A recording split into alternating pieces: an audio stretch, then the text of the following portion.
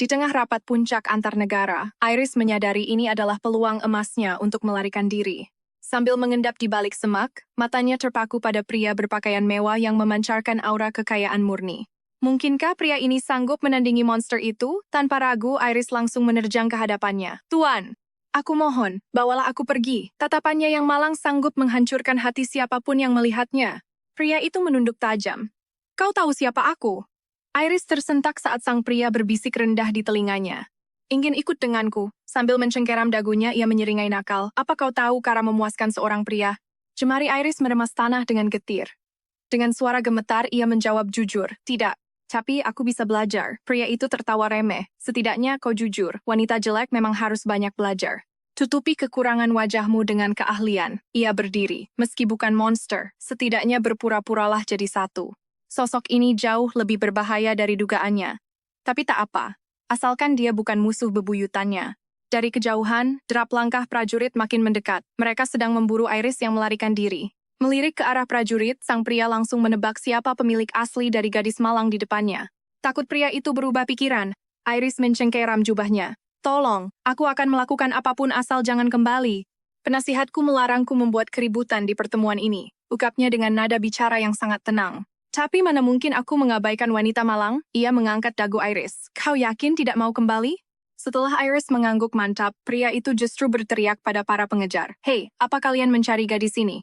Prajurit itu mendekat dengan bingung. Seketika matanya membelalak penuh hormat. Kami mencari wanita ini, yang mulia. Raja Heinrich, sang tiran legendaris, tersenyum licik sambil menunjuk Iris. Ambil saja wanita ini. Saat prajurit hendak menerjang, suara dingin Heinrich yang penuh ancaman menghentikan segalanya. Tunggu sebentar. Ia mencekik leher prajurit itu. Sampaikan pesan pada putra mahkota, Kekaisaran Megandi sekarang juga. Katakan padanya, gadis ini sekarang adalah peliharaanku. Sang tiran mengangkat tubuh prajurit itu hingga kakinya melayang. Tidak lupakan saja, lebih baik rahasiakan ini agar aku bisa membawa pulang peliharaan baruku tanpa gangguan. Dan tak ada yang bisa menjaga rahasia lebih baik daripada mayat. Satu nyawa melayang begitu saja. Dia adalah iblis berwujud manusia yang benar-benar menikmati setiap detik saat mencabut nyawa orang lain. Menghampiri Iris, ia mengangkat dagunya dan berikrar layaknya penakluk, kau milikku sekarang. Lalu ia melumat bibir gadis itu. Sang tiran melepaskan ciumannya dengan puas. Kau agak membosankan, tapi kau boleh juga untuk sementara. Setidaknya kau tidak pingsan ketakutan. Lumayan. Yang mulia, saya sudah mencari Anda kemana-mana. Cory berlari mendekat, lalu tertegun melihat Iris yang bersimpuh. Ia memberikan peringatan dengan wajah yang cemas. Yang mulia, ini adalah pertemuan dunia, namun sang diktator seolah tuli dan sama sekali tidak peduli. Cory, jika tak ada mayat, maka takkan ada skandal politik. Bereskan sisanya, kau paham kan? Cory sudah terbiasa dengan kegilaan ini. Sang tiran memang selalu bertindak sesuka hati tanpa memikirkan konsekuensi. Bersihkan kekacauan ini dan bawa wanita itu bersamamu. Dia sekarang adalah peliharaan baruku. Kekaisaran Heinrich adalah negara adidaya yang makmur. Setelah dibawa paksa ke sana oleh sang tiran, Iris diabaikan selama berhari-hari. Ia hanya mengurung diri di kamar sambil mempelajari sejarah sesuai instruksi Cory. Iris sadar ketenangan ini takkan lama. Daripada hanya menunggu, ia memutuskan untuk mengambil langkah berani. Baru saja ia hendak melangkah mencari sang tiran, Cory sudah berdiri tegak tepat di depan pintunya. Nona Iris, yang mulia memanggil Anda. Mari ikut saya. Inilah kesempatan emas yang ia tunggu-tunggu. Dengan tekad baja, Iris memasuki aula megah tempat sang diktator sedang duduk santai di singgasananya. Ia memainkan belati tajam di tangannya. Si ekor peliharaan harus selalu berada dalam jangkauan tuannya. Iris pun bersimpuh. Yang mulia. Sapa Iris formal, namun tatapan tajam sang raja justru membuat suasana seketika menjadi mencekam. Menghadapi pria yang sulit ditebak ini, salah bicara sedikit saja bisa fatal. Iris pun nekat bertaruh. Ia meraih tangan sang tiran sambil bertingkah manja. Taktik itu berhasil, sang diktator tampak mulai merasa tertarik. Kau cukup herdik dan tahu cara menyenangkan tuanmu. Akhirnya Iris bisa bernapas lega untuk sejenak. Tapi tiba-tiba ia berucap, tubuhmu kotor. Ia langsung menggendong Iris. Ayo, ikut aku mandi sekarang. Di kolam air panas yang luas, sang tiran bersandar malas. Dengan wajah merona, Iris melangkah perlahan mendekatinya. Yang mulia, izinkan hamba melayani Anda. Sang tiran tetaplah monster. Sebelum Iris sempat mendekat, ia menyentak Iris kasar ke dalam air. Posisi apa yang kau tahu? Pertanyaan tak tahu malu itu membuat Iris terpaku membisu. Sang tiran memainkan helaian rambutnya. Apa itu pertanyaan yang sulit? Iris terkejut hingga tak mampu bersuara. Tentu tidak, ucapnya sambil mencengkeram dagu Iris. Ia menitah. Sekarang, muaskan aku seperti kau memuaskan Raja Magandi. Mendengar nama terkutuk itu, tatapan Iris berubah tajam seketika. Yang mulia, ada satu hal yang harus hamba perjelas, ucapnya serius. Hamba tak pernah tunduk pada Raja Magandi. Saat itu hamba adalah putri dari kerajaan Rickhill. Monster itu melamar hamba, karena ditolak ia murka dan menghancurkan seluruh tanah air hamba. Ia membantai rakyat hamba. Hamba bertahan dalam kehinaan. Bagaimana mungkin hamba sudi memuaskan iblis itu, yang melenyapkan rumah dan keluarga hamba? Sang tiran penasaran, lalu kenapa kau mau berlutut padaku? Iris menjawab tenang, yang mulia bukan penghangkur negeri hamba. Itu membuat Anda jauh lebih baik. Sang tiran terkekeh sinis, Raja Magandi itu sampah. Beraninya kau membandingkan makhluk hina itu denganku? Maafkan hamba, yang mulia bisik Iris gemetar. Melihat sorot mata pria penuh kuasa itu, Iris sadar ia bisa memanfaatkan kekuatannya demi balas dendam. Tiba-tiba pria itu menggigit bahunya. Hamba tahu diri, yang mulia. Pria ini adalah bom waktu. Salah langkah, nyawanya akan melayang. Melihat mangsanya patuh, suasana hati sang tiran membaik. Ia mendekap Iris lalu berbisik mesra. Ternyata, peliharaanku sangat sensitif. Ia mengangkat tubuh Iris. Biar ku bersihkan tubuhmu dengan benar. Iris memejamkan mata menahan malu. Sang tiran hendak melahapnya saat itu juga. Tak ingin habis di pemandian, Iris nekat menghentikannya dengan mencium bibir pria itu. Entah apa salahnya, sang tiran mendadak murka. Ia mencengkeram leher Iris dengan kuat, lalu membenamkan kepalanya ke air. Pria ini sungguh gila, menyiksa hanya karena sebuah pembangkangan. Ia menekan hingga Iris kehabisan napas, lalu menyentaknya ke atas. Iris terbatuk menghirup udara. Suaranya menggelegar, peliharaan tak boleh bergerak tanpa izin. Itu hanyalah sebuah pelajaran kecil. Jangan ulangi lagi. Iris nyaris mati demi sebuah pelajaran. Ia jatuh terkulai di air. Terlihat sangat mengenaskan. Jika kau serapuh ini, kau membosankan. Aku tak suka peliharaan lemah. Tak ingin dibuang, Iris mencoba bangkit. Yang mulia, hamba belum mengenal Anda sepenuhnya, hingga hamba tak tahu cara menghibur Anda. Pria itu menatapnya heran. Iris melanjutkan penuh tekad. Beri hamba waktu, dan hamba akan menjadi peliharaan impian yang memuaskan seluruh hasrat Anda. Ia mengelus rambut Iris. Kau cerdik. Pantas saja kau hidup saat semua keluargamu binasa. Iris terkejut mendengar keluarganya disebut. Pria itu membelai pipinya. Kenapa? Apa kau marah? Menghadapi pembunuh berdarah dingin ini, tiap kata adalah taruhan nyawa. Iris berusaha tetap tenang. Hamba menolak lamaran itu. Dan ayah hamba menolak aliansi. Itu pilihan kami. Negeri kami kecil.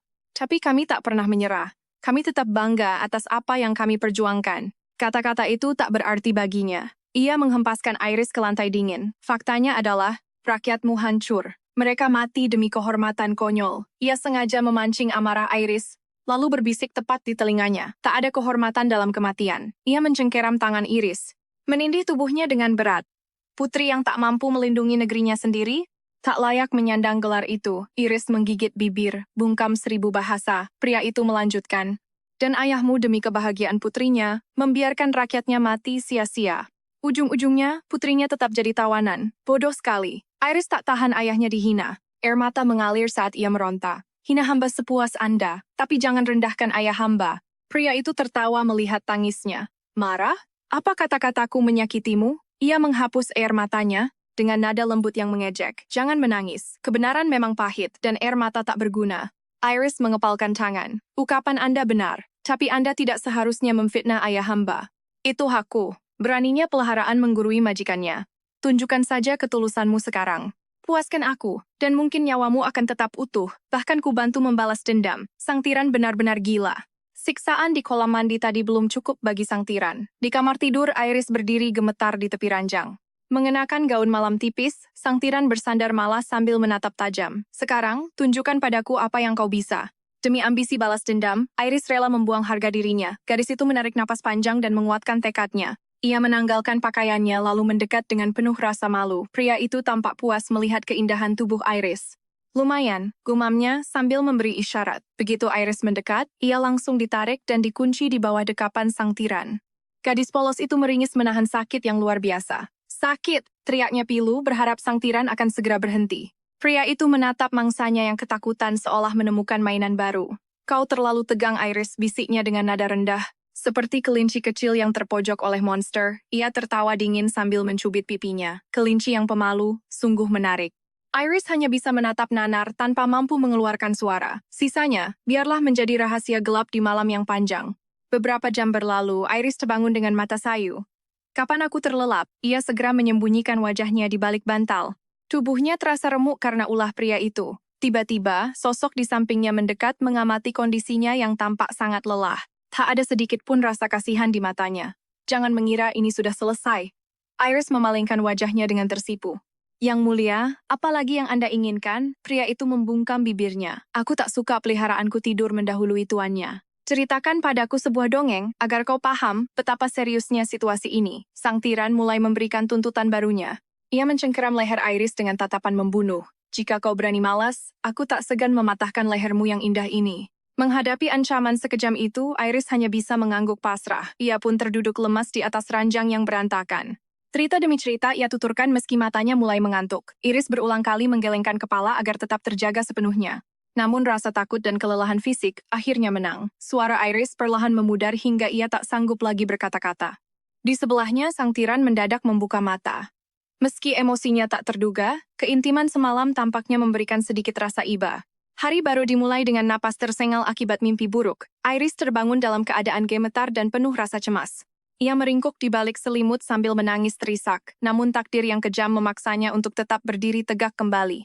Iris berusaha menenangkan hatinya yang kacau. Saat menoleh, pria itu sudah menghilang, membuatnya merasa sangat lega dan tenang.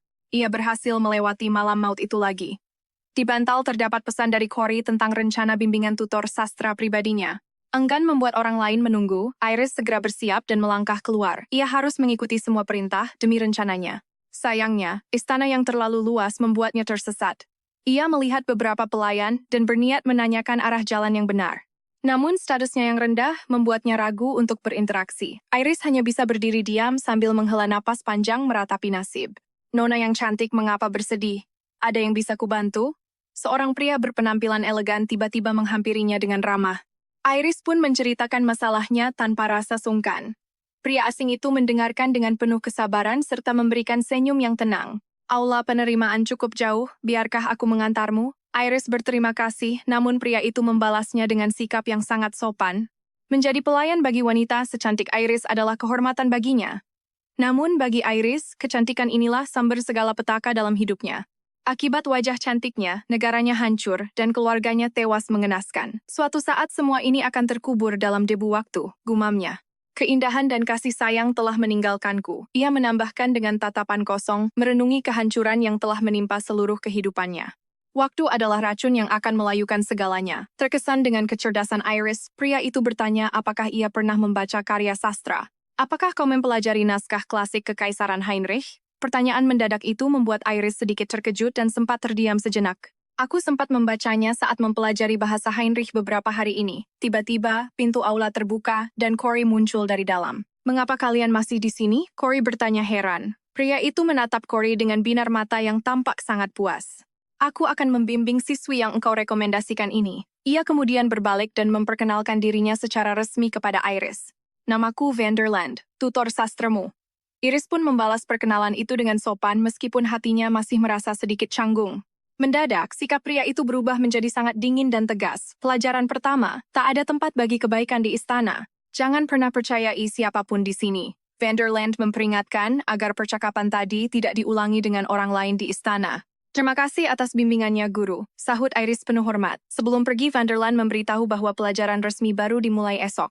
Hari ini kau boleh kembali dulu ke kamarmu. Corey kemudian memberikan penjelasan tambahan tentang reputasi hebat sang tutor sastra. Nona Iris Marquis Vanderland adalah guru yang luar biasa. Kau akan mendapatkan banyak ilmu dan pengalaman berharga darinya kelak. Setelah itu, kedua pria tersebut berpamitan dan melangkah masuk ke dalam aula, meninggalkan Iris yang masih terpaku menatap mereka. Awan mendung di wajahnya sirna, digantikan api semangat yang membara. Dia bertekad menjalin aliansi dengan Marquis Vanderland. Serta Tuan Curry mulai sekarang, selama seminggu, Iris mendalami budaya Heinrich bersama Vanderland. Demi bertahan hidup di istana. Diam-diam, dia juga mengumpulkan informasi tentang sang tiran. Seminggu tanpa kabar, dia tak menyangka reuni mereka akan terjadi dalam situasi mencekam seperti ini. Sosok itu mendekat dengan aura gelap, pedang berlumuran darah di genggamannya. Iris tersentak saat dia kian dekat. Namun segera tenang. Selamat malam yang mulia. Apakah Anda butuh bantuan untuk mandi dan berganti pakaian? Apa maksudmu? Kau mengataiku kotor? Tanyanya murka sembari mengarahkan ujung pedang tepat ke wajah Iris. Iris meremas tangannya cemas. Tentu tidak, hamba hanya ingin menyenangkan Anda. Mungkin aku bahagia jika kau mati. Dia menunduk, menarik napas dalam, lalu menatapnya tajam. Yang mulia, apakah kematianku benar-benar akan membuat Anda bahagia? Jika nyawaku bisa meredam amarahmu, hamba siap mati di ujung pedangmu. Senyum licik terukir di wajah sang tiran. Lagi pula, ucapnya dengan tatapan serius. Aku, hewan peliharaanmu yang rendah, hidup hanya untukmu. Hidup untukku? Pria itu tertegun. Mungkinkah ada seseorang yang benar-benar rela menyerahkan nyawa demi dirinya? Meski harus mati dengan hina, dia berpura-pura bengis. Kalau begitu, matilah. Pedang dingin itu kini menempel di lehernya. Iris balas menatap tanpa rasa takut sedikit pun. Berdasarkan pengamatannya selama ini, dia tahu sang tiran gemar melihat keputusasaan. Jika seseorang tak takut mati, dia justru akan membiarkannya hidup. Meski bilah tajam itu mulai menggores lehernya, Iris tetap tenang. Pria itu menurunkan pedangnya, naik ke ranjang. Iris menang taruhan. Sambil tersenyum dia berkata, Yang mulia, izinkan hamba membasuh darah ini dulu. Namun tiba-tiba dia menarik Iris mendekat, menyentuh luka di lehernya. Masih berdarah. Iris terkejut. Apa yang dia lakukan? Dia menjilat darah di lehernya. Katamu kau hidup untukku, jadi aku perintahkan. Jangan berdarah lagi tanpa izinku. Kelembutan mendedaknya sangat mengejutkan, seolah dia bukan orang yang sama. Padahal baru saja dia menodongkan pedang. Iris mencoba berdiri sambil bersandar padanya. Hamba akan membersihkan diri, agar bisa terus menemani Anda. Namun pria itu mencengkeram tangannya erat. Jangan bergerak, ucapnya sambil menjilat bibir. Darahmu semanis anggur madu itu membuatku bergairah. Dia kemudian mengubah posisi, menghimpit tubuhnya dengan erat. Mari tidur seperti ini saja. Iris tadinya berharap bisa tidur dengan tenang, tapi entah mengapa, sang tiran malah bersikap bak kekasih yang posesif. Dia memeluknya dari belakang, membenamkan wajah di rambutnya. Katakan, siapa namamu? Iris perlahan menoleh ke arahnya. Yang mulia, nama hamba Iris. Kepatuhan dan pesona gadis itu langsung membuatnya merasa puas. Dengan tatapan intens dia berkata, sebagai hadiah atas kesetiaanmu, kupersilakan kau memanggil namaku, Abel. Pria ini sangat sulit ditebak. Mungkinkah ini jebakan atau perintah murni? Iris duduk di atasnya, ragu untuk bersuara. Takut salah kata akan memicu amarahnya lagi. Keraguannya itu membuatnya kesal. Sebut namaku, desaknya. Iris menatap langit-langit dengan malu-malu Abel. Mendengar namanya disebut membawa kepuasan tersendiri baginya. Dia mengecap bahu Iris. Ingatlah, Abel adalah tuanmu. Di istana, Iris terus mendalami budaya Kekaisaran Heinrich bersama Vanderland. Hari-hari belajar berlalu begitu cepat. Usai menyelesaikan pelajaran hari ini, Vanderland hendak pergi saat Iris memanggilnya. Dia menyodorkan sebuah kotak hadiah kecil. Guru Vanderland, Tuan Curry bilang Anda sering insomnia. Kebetulan hamba mengerti sedikit tentang dupa. Ini rosemary, bagus untuk tidur, silakan dicoba. Vanderland menatapnya waspada. Nona Iris, apakah Anda sedang berusaha merayuku? Iris hanya bisa tersenyum kanggung. Jika itu anggapan Anda, maka benar, hamba ingin berteman dengan Anda. Guru, menjadi sekutu butuh kekuatan yang setara. Anda belum sampai di level itu, Nona. Saat Iris mengira dia akan menolak, pria itu justru menerima hadiahnya dengan senyuman puas. Namun demi hadiah ini, aku beri satu pelajaran tambahan. Dia mendekat dan berbisik, di istana, kau harus punya mata dan telinga di mana-mana. Contohnya, Iris melihat ke arah tangga. Ada wanita yang sedang menguping. Iris tersentak kaget sambil menutup mulutnya. Vanderland lalu memberi isyarat diam. Nona Iris, hamba takkan menjawab pertanyaan lagi. Wanita di tangga itu mengibas kipasnya dengan tatapan merendah. Jadi itu mainan baru yang mulia? Pelayannya menjawab hormat benar Nona Bella. Dia cukup cantik, tapi sayang, otaknya hanya dipenuhi rasa cemburu. Dia menatap tajam ke arah Iris. Kupastikan dia akan hancur lebur secepatnya. Malam tiba, namun sang tiran belum menampakkan diri. Biasanya dia sudah memanggilnya sejak awal. Iris mulai curiga dia takkan datang malam ini. Demi kepastian, dia menemui pelayan jaga. Rosa, apakah yang mulia akan datang malam ini? Pelayan itu menguap lalu menjawab dengan semangat. Nona Iris, yang mulia pergi ke kamar Bella. Bella adalah wanita pertama di istana. Dia ahli parfum, dan yang paling utama, aroma ciptaannya mampu menenangkan amarah sang tiran. Sementara di sudut istana lain, sang raja terdiam. Bersandar di pangkuan seorang wanita, ruangan itu penuh keharuman. Dengan mata terpejam, dia berbisik lirih, wangi hari ini sangat menyenangkan. Pergilah, wanita itu merasa terhormat karena berhasil meringankan beban sang tiran.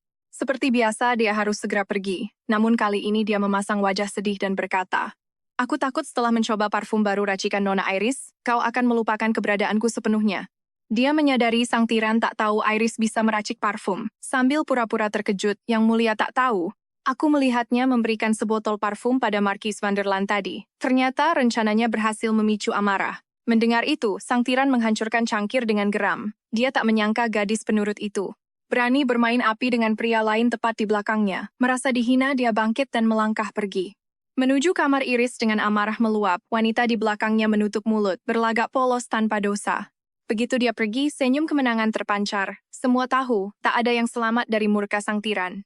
Iris terancam malam ini. Di sisi lain, Iris sama sekali tak menyadari bahaya yang mengintai, bahwa kebaikannya hari ini telah menjadi senjata bagi orang lain. Dia pun bersiap untuk tidur. Saat matanya terpejam, pintu ditendang keras hingga terbuka. Sang tiran masuk dengan wajah penuh murka. Dia menyeretnya dari ranjang, mencengkeram dagunya, dan menggeram. Kali ini kau benar-benar memancing amarahku. Dia mengeluarkan pita merah muda, mengikat tangan Iris dengan sangat kencang dan menatapnya dengan mata memelas. Yang Mulia, apa salahku? Mata pria itu berkilat tajam. Kau akan tahu. Tak lama kemudian, dia terikat sepenuhnya oleh pita itu. Bersimpuh malu di atas ranjang. Pria itu menatap dingin. Dia mencoba membuka kancing bajunya. Namun karena tak sabar, dia merobeknya. Dia mendekat perlahan, mengabaikan tangisan pilu Iris, lalu memaksanya tunduk di atas ranjang itu. Setelahnya, suasana hati pria itu membaik.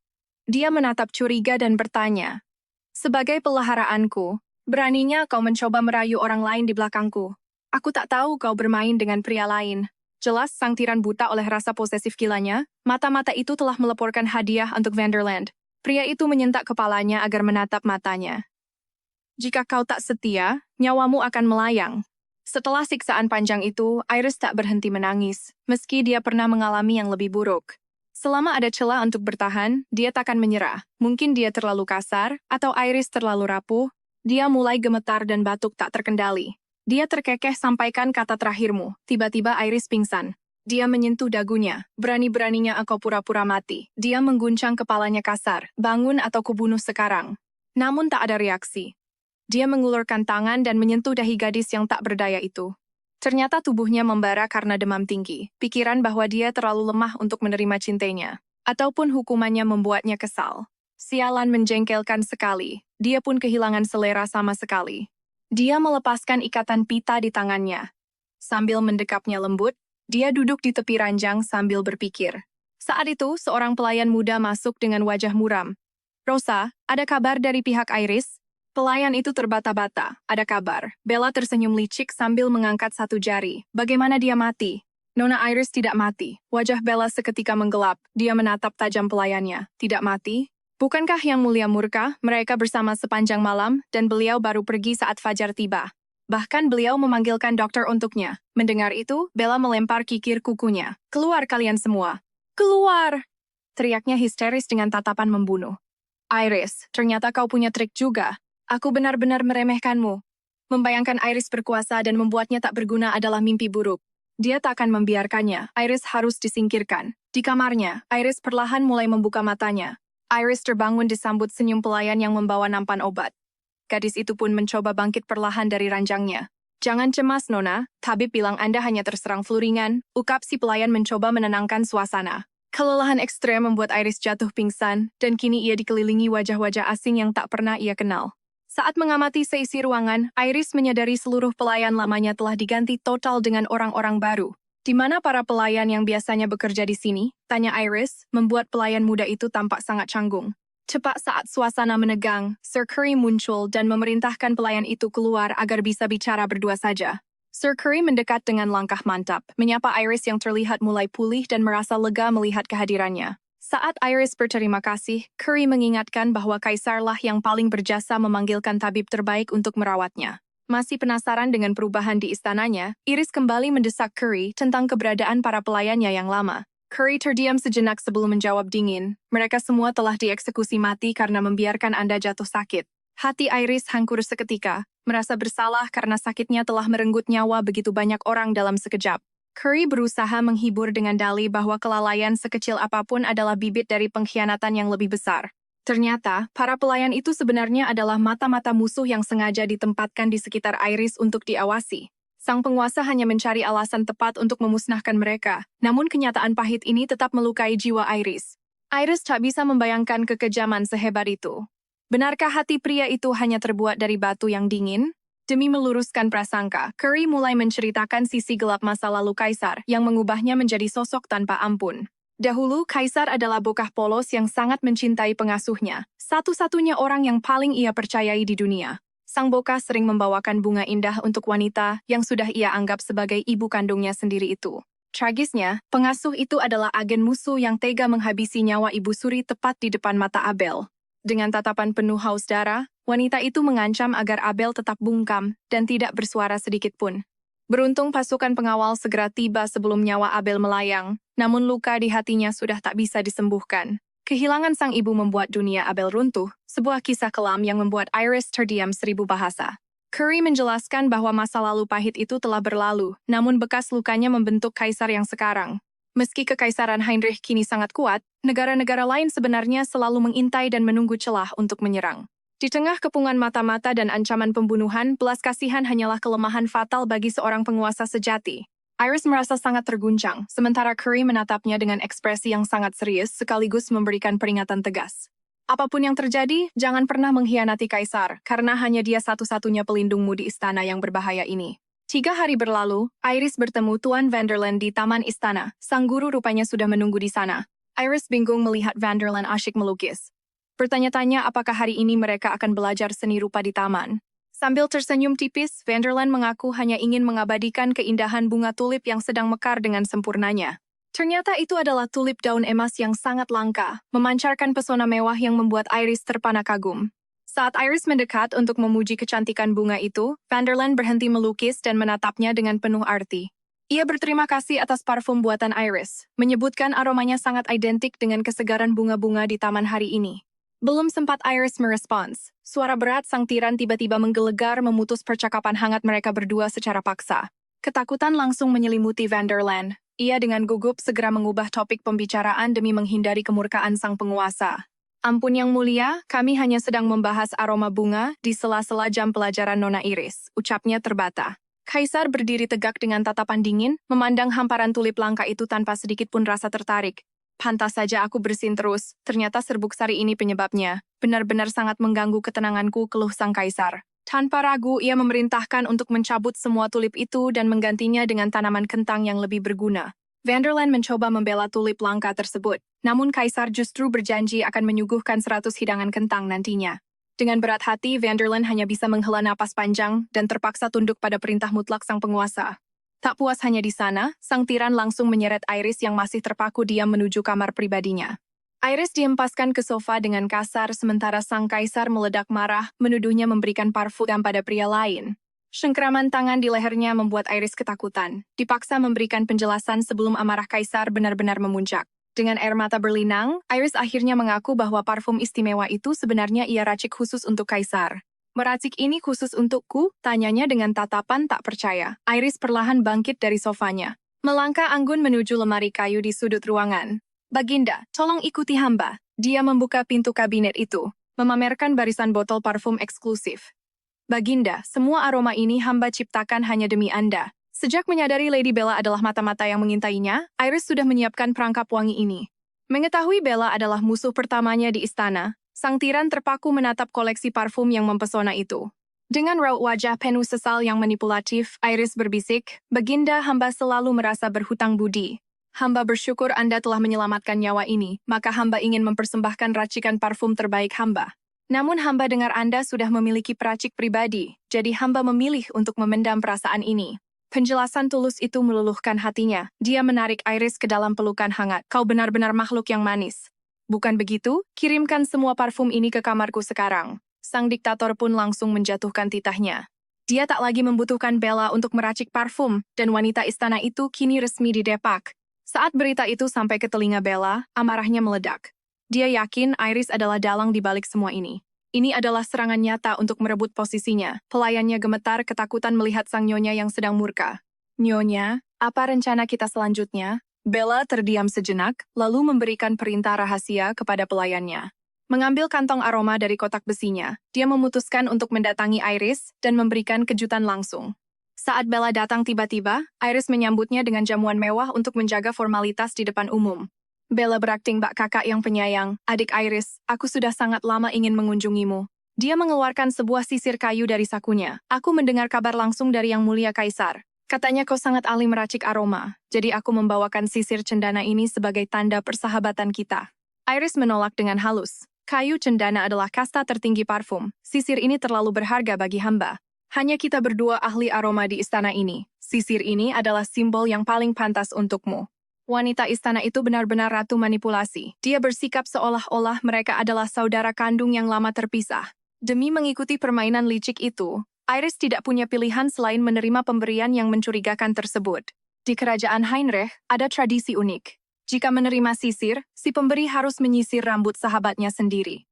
Tujuannya untuk mempererat ikatan batin. Bella menggunakan adat ini sebagai senjata utama dalam rencananya. Dia menawarkan diri menyisir rambut Iris, dan Iris menundukkan kepalanya, berpura-pura merasa sangat terhormat. Sambil menyisir, dia sengaja memancing perhatian dengan menanyakan perhiasan rambut batu permata hijau milik Iris.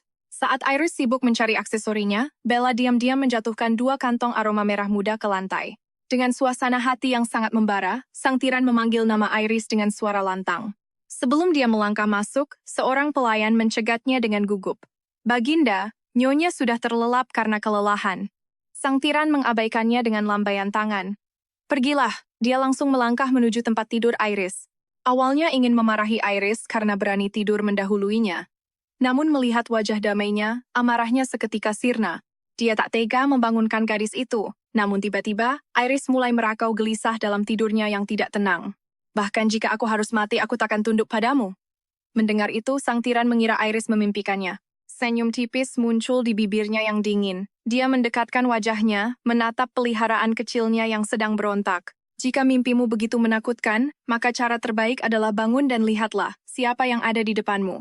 Sang penguasa yang sombong itu menyentuh pipinya. Tangan dinginnya memberikan sensasi yang aneh bagi Iris. Rasanya nyaman, dan Iris pun membuka matanya dengan sayu. Panas sekali, gumamnya dengan wajah menggemaskan. Sang tiran merasa Iris yang setengah sadar ini memiliki daya tarik yang sangat menggoda dan berbahaya.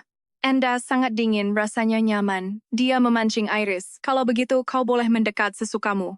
Di bawah kendalinya, Iris memeluk erat tubuh sang kaisar, seolah ingin tenggelam dalam dekapan pria itu. Dia menatap malu-malu. Begini? Belum cukup dekat? Mendengar itu, Iris mulai melepas jubah sang tiran. Dia memeluknya dengan sangat posesif. Di hadapan wanita cantik yang memohon, sang tiran bukanlah orang suci. Iris, kau sendiri yang meminta ini. Malam itu pun berubah menjadi lautan gairah yang tak terbendung. Namun tiba-tiba Iris merakau, Elric, jangan tinggalkan aku. Sang tiran murka mendengar nama pria lain disebut. Dia mencengkeram tangan Iris. Lihat aku, siapa pria di depanmu? Suaranya menggelegar membuat Iris tersentak bangun dalam kengerian. Yang mulia, apa yang sebenarnya terjadi? Aura sang tiran seketika mencekam. Siapa Elric? Dia menyeretnya kasar dari ranjang. Peliharaan yang tak setia sungguh tak berguna. Iris yang baru terjaga merasa linglung. Yang mulia. Jeritan panik pecah. Amarah membutakan pria itu. Dia mengabaikan rontaan Iris dan menyeret paksa tubuhnya menuju balkon kamar.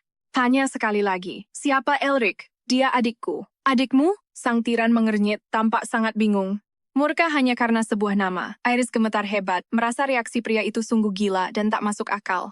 Meski tak bersalah, dia lega emosi pria itu mulai mereda. Dia menjawab dengan suara pelan, benar. Elric adalah adik perempuanku. Trauma pengkhianatan masa kecil oleh pengasuhnya membuat sang tiran tak pernah mempercayai siapapun. Dia sangat memuasi para pengkhianat, senyum meremehkan tersungging di wajahnya. Tadi kau menggigau memanggil nama Elric? Sambil memohon agar jangan ditinggalkan. Lalu sekarang itu nama adikmu. Kau pikir aku sebodoh itu? Tubuhnya dihempas keras ke pagar balkon. Aku benci pembohong. Iris membalas cengkeramannya dengan putus asa. Aku jujur. Periksa catatan kerajaan Rekil. Jika nama Elric tak ada di silsilahku, aku siap menerima hukuman mati. Sang tiran selalu sulit ditebak. Setiap detik bersamanya bagaikan menari di atas mata pisau yang sangat tajam. Penjelasan itu tak meluluhkan hatinya. Sayangku, aku punya satu pertanyaan. Jika jawabanmu bisa memuaskanku, kau akan selamat. Silakan Yang Mulia. Dia mencengkeram dagunya. Pilih, siapa yang lebih engkau cintai? Aku atau Elric? Jangan dusta, bayangan adiknya yang tewas ditikam menghantui. Tak ada belas kasih dari para musuh saat itu. Namun Elric adalah adik kesayangannya. Kebohongan mungkin adalah satu-satunya cara untuk menyelamatkan nyawanya saat ini. Iris menolak mengkhianati nuraninya. Dia memilih bungkam, meski tahu sang tiran benar-benar tidak sedang bermain-main. Genggamannya terasa semakin menyakitkan. Katakan sekarang. Iris tersadar, kini seluruh anggota keluarganya telah binasa. Bertahan hidup sendirian hanyalah siksaan. Ketakutan menghantuinya setiap hari hingga akhirnya dia mencapai batas kesabaran. Tangisnya pecah seketika. Yang mulia, Elric sudah tiada, dan aku sedang berjuang keras untuk mencintaimu. Kenapa kau begitu kejam? Tatapan pria itu mendingin. Jadi pilihanmu, Elric? Untuk saat ini ya.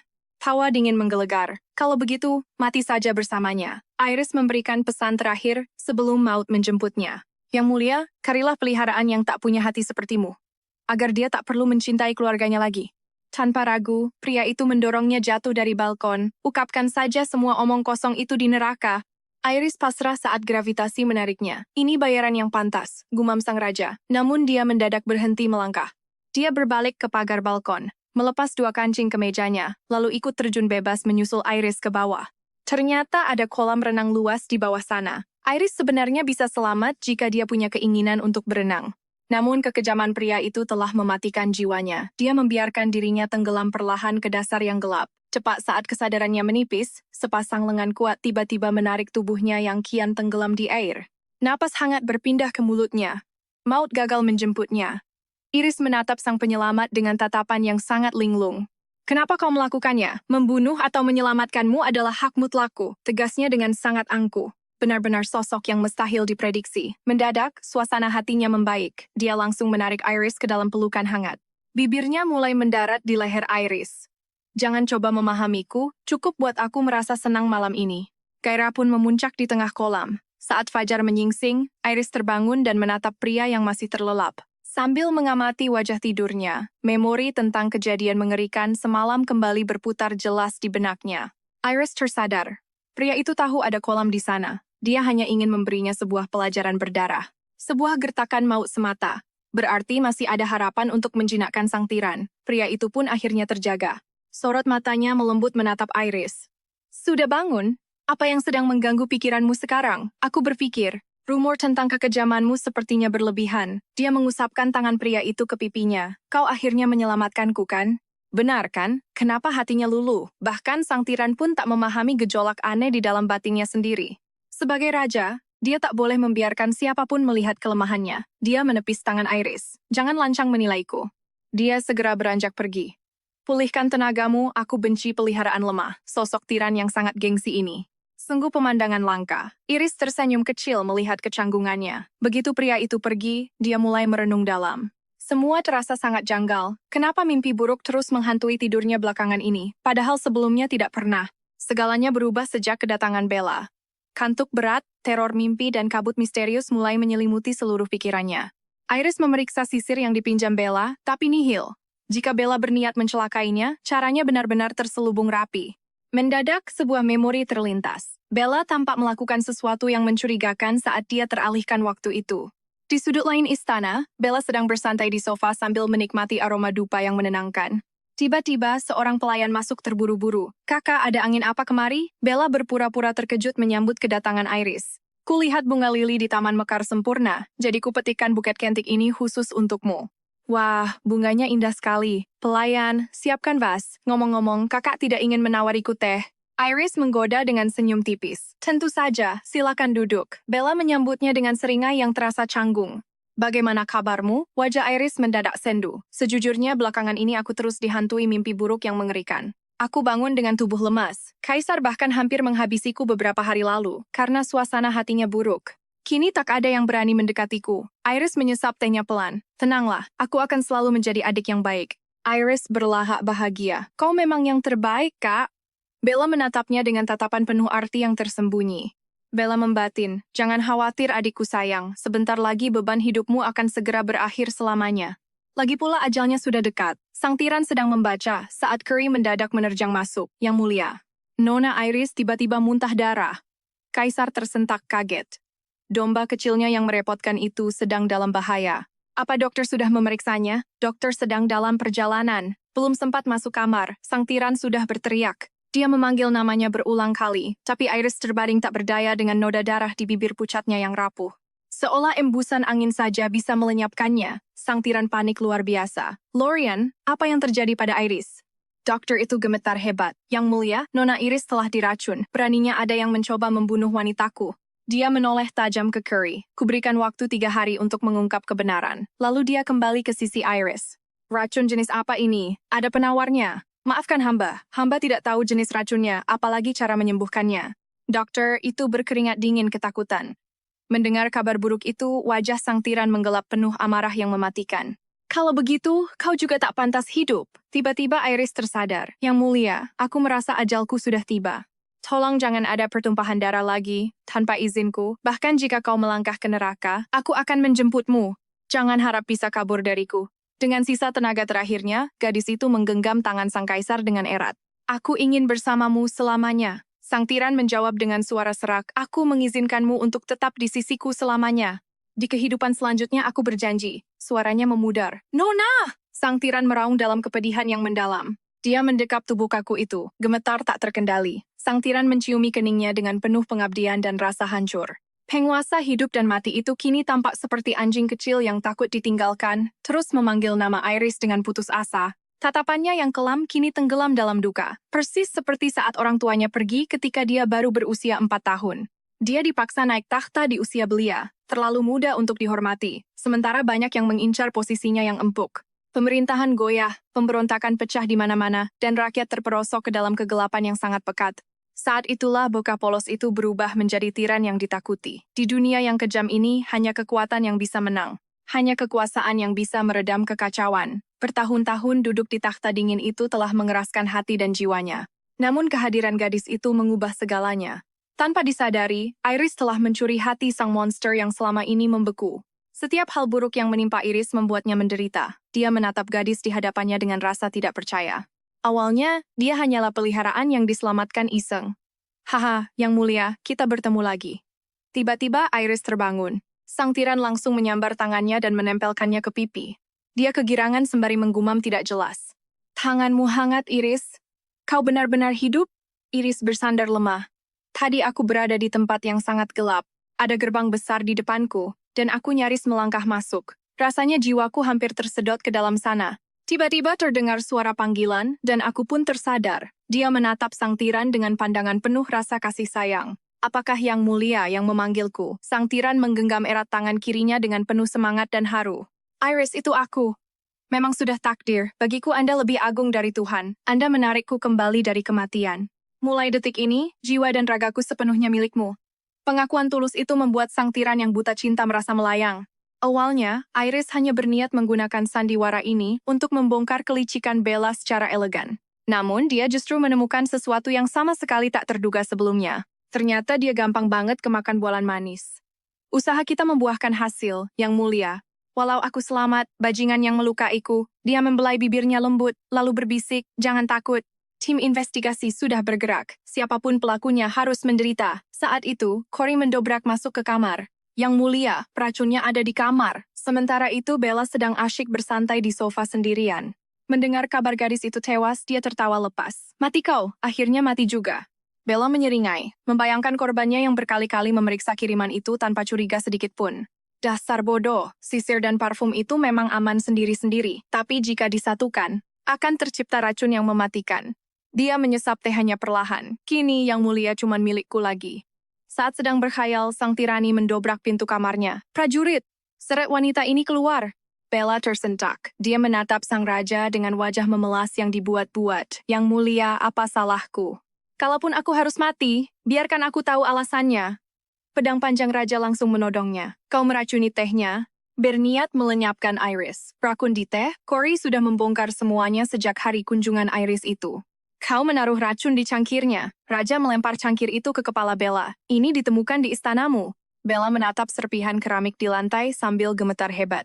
Cangkir ini memang milikku, itu benar. Tapi hari itu aku tidak. Kakak Bella, Iris muncul dan bermanja pada sang raja, menatap wanita itu. Tatapannya penuh duka yang mendalam. Dulu saat aku baru datang, kakak selalu menjagaku. Aku sudah menganggapmu kakak sendiri. Kenapa tega menyakitiku? Air mata pun mulai membanjiri pipinya. Kalau ada salah, katakan padaku. Aku akan berubah. Kenapa kau bicara dengan wanita ular ini? Tidak ada yang perlu didebatkan lagi. Pedang Raja sudah siap menebas. Namun Iris segera menghalangi. Yang mulia, aku masih baru di sini. Tolong jangan ada pertumpahan darah. Ini urusan antar wanita. Biarkan aku yang membereskannya. Sang Raja menurunkan pedangnya. Baiklah, kuserahkan dia padamu. Sebelum pergi, Raja berpesan, jangan terlalu baik padanya. Begitu Raja menghilang, wajah asli Bella langsung muncul. Jalang, kenapa kau belum mati juga? Iris menunjukkan hadiah dari Bella. Kau pikir trik receh ini mempan? Dua benda ini memang aman. Tapi jika dipakai bersamaan, mereka akan memicu mimpi buruk yang tiada henti, membuat orang gila hingga jiwanya hancur dan tewas perlahan. Benar begitu kan, Kakak Bella? Kalau Iris sudah tahu, kenapa dia tetap keracunan? Dan apa maksudnya racun di kangkir itu? Bella terpaku dalam kebingungan. Iris malah terkekeh. Kakak, ternyata kau ini benar-benar bodoh ya. Akulah yang menaruh racun di kangkir itu. Tapi itu cuma obat mati suri dari negaraku. Mengirim bunga hanyalah kedok semata. Target aslinya adalah menjebak Bella dalam permainan yang dia buat sendiri. Sekali dayung, dia melenyapkan Bella dan mendapat simpati Raja. Itulah gaya Iris yang sebenarnya. Siapapun yang berani menyentuhnya, akan dia balas berkali lipat tanpa belas kasihan sedikit pun. Dengan kuasa penuh, Iris mengembalikan sisir dan parfum itu ke Bella, lalu mengurungnya di ruang gelap. Usai membereskan semuanya, Iris melangkah pergi. Di belakangnya, Bella menjerit histeris seperti orang kesurupan. Iris! Jangan senang dulu, sang raja tidak akan pernah mencintai wanita manapun, termasuk kau. Cinta pria itu. Di tengah kegelapan, Iris hanya tersenyum dingin. Keesokan paginya, Cory berlari mencari Iris dengan panik. Tanpa tahu situasi, Iris menyapanya dengan riang. Cory memberitahu bahwa sejak insiden peracunan itu, Raja kehilangan kepercayaan pada semua pelayan dan akan mengeksekusi mereka semua hari ini. Cory memohon bantuannya.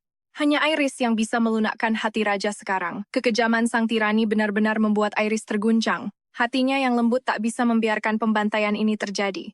Dia menyanggupi dan bergegas menuju aula. Di aula istana, para pelayan bersimpuh lemas sambil gemetaran dengan kepala tertunduk.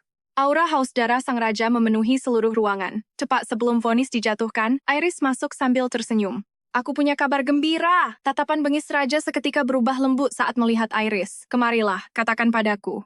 Para wanita ini sungguh malang. Mereka tidak salah, namun akan tewas dieksekusi hari ini. Hanya karena suasana hati raja yang buruk, Iris merasa iba. Raja pun langsung memeluknya dengan hangat. Iris, apa yang mau kau katakan? Dia mencolek dada raja manja. Kentang di kebun sudah mulai tumbuh.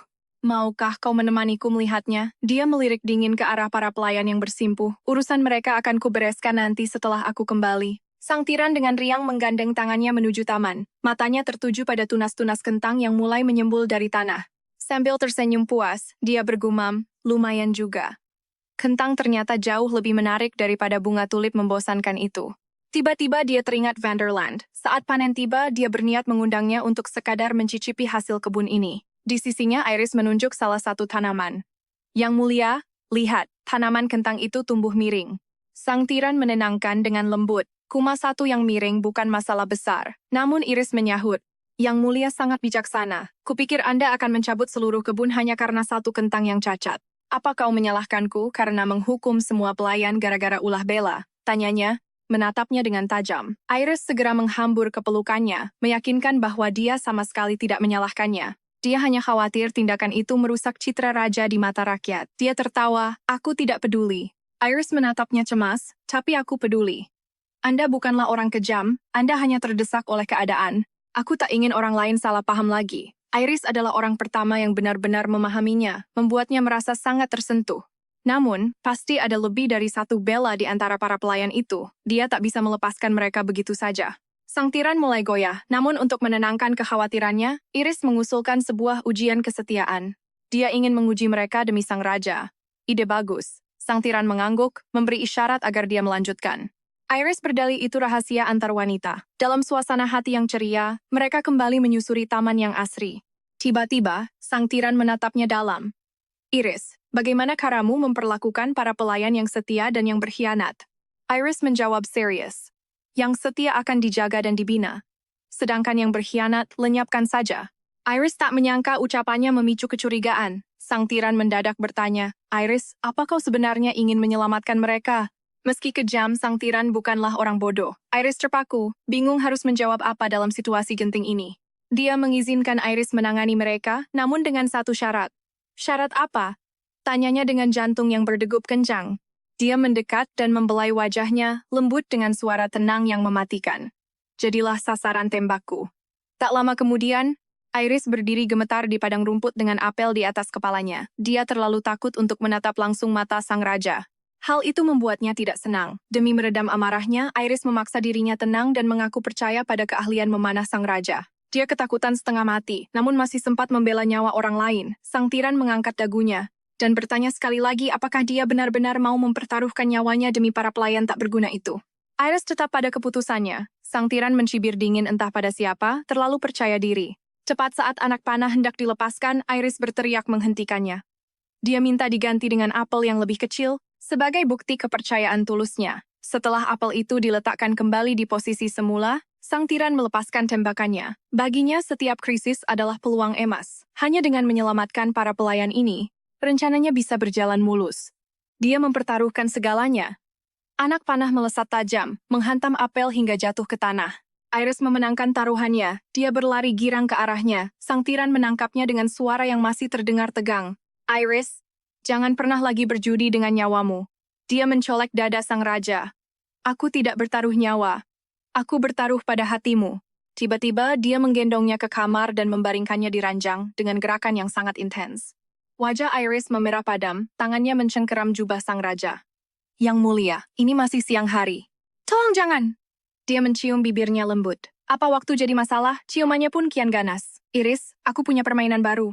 Permainan baru? Sebelum Iris sempat mencerna, kata-kata liarnya membuat dia terpaku. Sambil memainkan helai rambutnya, dia bilang ingin melukis di atas tubuh manusia. Seketika, api lilin membakar habis pakaian yang dikenakan Iris. Gadis itu syok, wajahnya memerah sempurna. Secara naluriah, dia langsung menutupi dadanya dengan tangan yang gemetar. Sang pria menindihnya perlahan. Iris, bisiknya dengan suara mematikan, sembari tangannya membelai kulitnya yang halus. Sang tiran mendesah kagum, tubuhmu sangat indah. Iris hanya bisa mematung karena ketegangan yang luar biasa.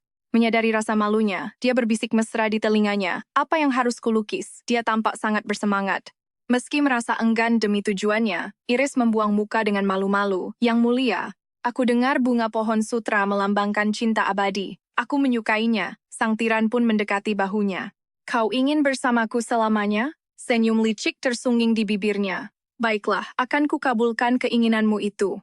Sedang dalam mood terbaiknya, sang tiran menindih Iris dan mulai menelusuri lekuk tubuhnya dengan penuh gairah. Sensasi itu membuat Iris menggeliat kegelian, sementara sang tiran tampak sangat menikmati setiap reaksi dari sentuhan nakalnya. Layaknya pemuja yang taat, dia mendaratkan kecupan penuh hormat di pinggang Iris setelah malam panjang yang membara. Iris benar-benar tepar di sofa, menggerutu kesal karena pria itu benar-benar memiliki stamina layaknya seekor binatang buas. Seorang pelayan yang cemas menyarankan untuk memanggil Dayang nanti saja, namun Iris memaksa tubuhnya yang remuk untuk bangkit.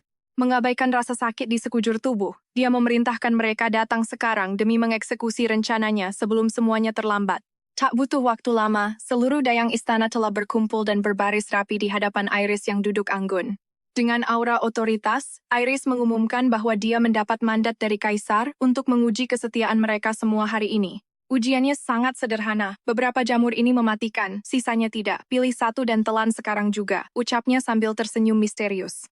Yang hidup terbukti setia, yang mati adalah pengkhianat. Seketika wajah mereka pucat pasi, tak ada satupun yang berani bergerak. Tiba-tiba, seorang gadis berbaju hitam maju dengan berani. Meski semua jamur itu sebenarnya beracun, dia tetap hidup setelah memakannya. Sementara yang lain gemetar ketakutan. Gadis ini yakin pada keputusannya. Dia tahu nyawanya tidak akan melayang hanya karena jamur itu. Rupanya Iris hanya sedang menggertak untuk menyaring siapa yang benar-benar berani.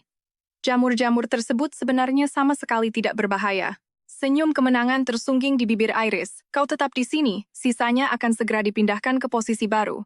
Iris sangat puas dengan hasil seleksi instannya. Setelah aula kosong, dia hanya menahan si gadis berbaju hitam tadi. Gadis itu bernama Sofia, seorang penjinak hewan legendaris di istana yang kemampuannya diakui jauh melampaui para pria. Penjinak hewan wanita adalah aset langka di dunia ini. Terlebih lagi, keberanian Sofia tadi benar-benar di luar nalar. Sofia bukan hanya pemberani, tapi juga sangat cerdas dalam membaca situasi. Siapapun pasti akan terkesima melihat bakatmu, puji Iris. Terpikat oleh potensinya, Iris berniat menjadikan Sofia sebagai tangan kanan pribadi yang bekerja secara eksklusif hanya untuknya.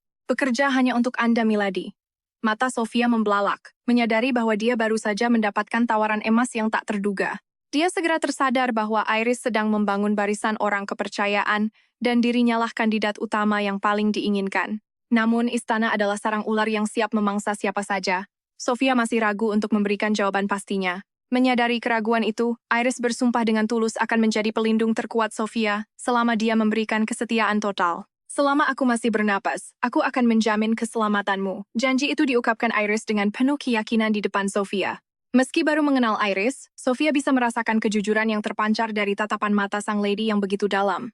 Ini adalah kesempatan sekali seumur hidup untuk mengubah nasibnya. Tanpa ragu lagi, sang penjinak hewan itu memantapkan pilihannya. Sofia melangkah maju dan menyatakan kesediaannya. Tanpa membuang waktu, Iris langsung memberikan tugas pertama yang sangat krusial. Tak lama kemudian Iris terpesona oleh gaun merah menyala yang dibawa pelayannya. Warna merah itu tampak sangat provokatif. Jika Milady menari dengan ini, Yang Mulia pasti akan bertekuk lutut, goda si pelayan, seketika memicu ide licik di benak Iris. Menari adalah senjata pamungkas untuk memastikan sang tiran tetap terpikat padanya, karena Iris sangat membutuhkan kekuasaan pria itu.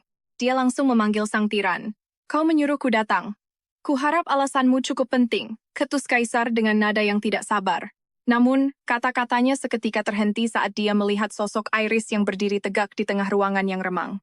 Iris yang mengenakan gaun merah itu mulai menari dengan gerakan yang sangat elegan dan mematikan secara bersamaan. Kecantikannya benar-benar menghipnotis layaknya Dewi Perang. Tanpa sadar, sang kaisar menarik lengan gaun Iris agar mendekat padanya. Iris bersandar manja di dekapan kaisar, sementara pria itu menatapnya dengan pandangan penuh gairah yang sulit disembunyikan. Berpakaian begini hanya untuk menari di depanku? Tanya sang tiran, sementara Iris menatapnya balik dengan tatapan menggoda. Aku benar-benar ingin menghibur Anda. Lupakan tarian itu, aku lebih suka melihatmu memuaskanku di tempat tidur, bisiknya kasar.